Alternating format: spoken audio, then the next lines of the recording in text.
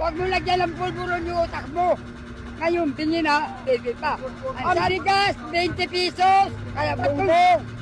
Pagpakatotoo ka. Ang panawagan namin, huwag siya maging bingi-bingihan. Kasi nung pumasok siya, matalino naman siya. Ngayon, tingin na, baby pa. Ang sabi niya, bago ka mag-eleksyon, papasok sa mga luban, na walang peace out. Ang bigas, 20 pesos. 3 taon pa lang siya. 3 doble na binigay. 3 doble na bigas. Magkano na? 60 na. 3 taon. Itong darating na sula, mag-4 na taon siya. Baka 100 ang bigas yan. Kaya, huwag mo lagyan ng pulburon yung utak mo. Ako na dito ako, matanda na ako. Nakahanda ako.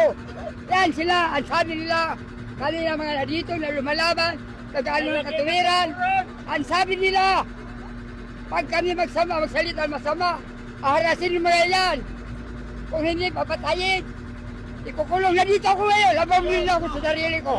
Labaw nila ako, patayin nila ako, okay lang sa akin. Basta kasama ko.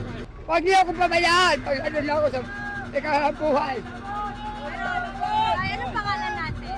Ako po si Elmer Cordero. Ilang taon na kayong namamasal? Nagsimula ako noong 1966.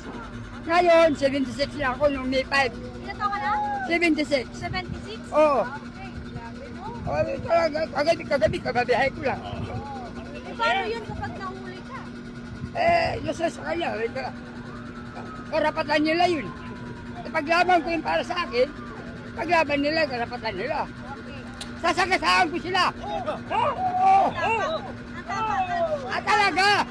Kahit kung mamatay man ako sa gutom, pagpakamatay na ako sa laban.